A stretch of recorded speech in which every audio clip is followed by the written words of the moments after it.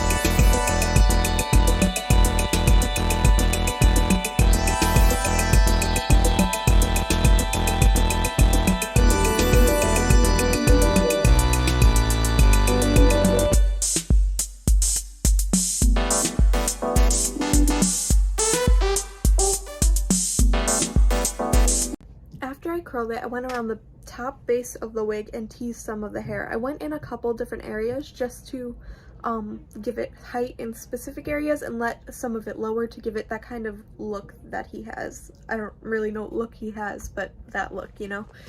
But after I would tease the hair on the wig, I would then brush over the top, because when you tease it, you just give a little bit of volume. I would tease the whole strand and then brush it out, and then I didn't like how that looked, so I teased just the base and then brushed that out to give it some volume.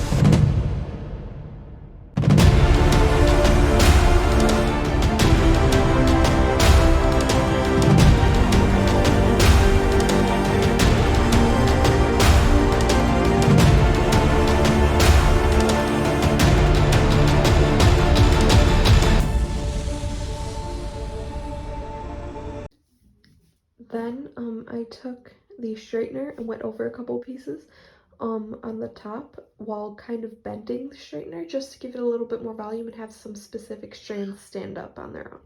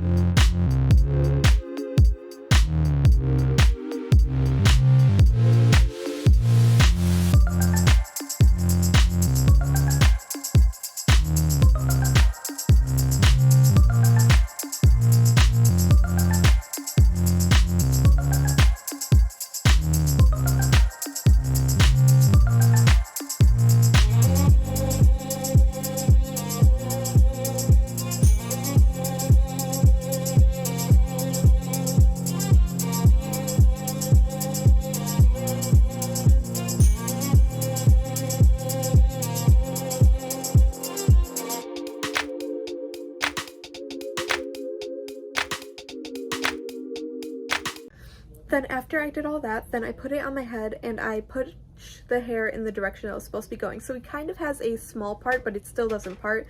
It's just like his hair is more poofy on one section and kind of leaning towards the other way. So I put my hands through it and I would just comb through with my fingers and I put it in the way I like it.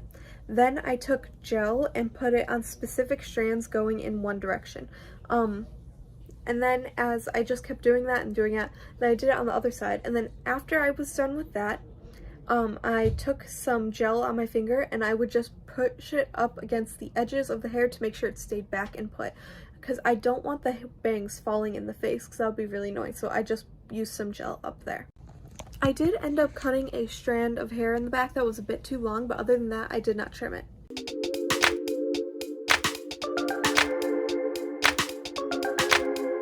And then the last thing that I did was spray it. I sprayed it with hairspray. I forgot to be glued hairspray. I will link that down in the description too. But I sprayed it all just to set the whole thing, save the curls, and make sure it all stayed in place. I made sure I sprayed under the curls too to make sure like they all just stayed. I did do a light misting. I didn't do nearly as much as I would do if I were to be doing like a Bakugo wig where his hair is literally standing straight up. I just sprayed it to let it set. But yeah, thank you guys so much for watching. I really like doing this wig, and it didn't take honestly that long. I will leave the wig down in the description and the hairspray that I used. I did use these clips to try to hold up the hair, but it wasn't really working, so I ended up just grabbing a rubber band and holding it up with that, just because the hair was very slick.